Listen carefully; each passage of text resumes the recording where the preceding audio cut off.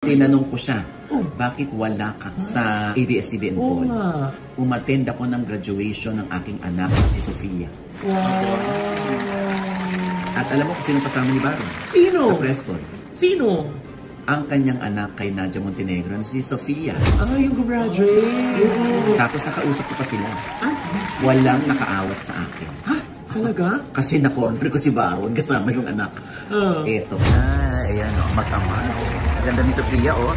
Female version ni Baron. Hindi mo lang ang bigote. Ayan, di ba? Gano'n na yan, kalis na. Ayan na, ayan yung mga ano mo. Pagsusumikap mo, Baron. Nakaset na. Nakaset na. Laki ang pangarap sa'yo nito. Sobra. Oo. Sobra. Ikaw ang pinaghahandaan niya. Ang pinagandaan ko ng 18 years. Wow. Hindi, 7. Kamusta kayo ng daddy mo? Okay naman po. Building. Nakagraduate na lang. Ang senior. Senior high? Saan? Homeschool po. Homeschool. Ako yung nandun. Wow. Proud dad. Talaga? Sobra. So close na kayo ng daddy mo? Sobra, araw-araw. Minsan driver, makeup artist. Oh? Nagbi-makeup ikaw sa kanya? Kanina, sa nag-makeup sa akin.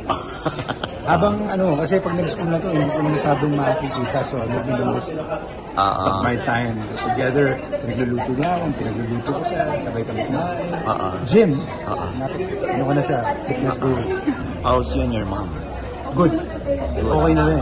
Talaga? Yeah. Oh, That diba? is so good. Yun ang pinakamasarap na emosyon ng isang bata, na okay ang parents niya. Diba? Nakakatuwa.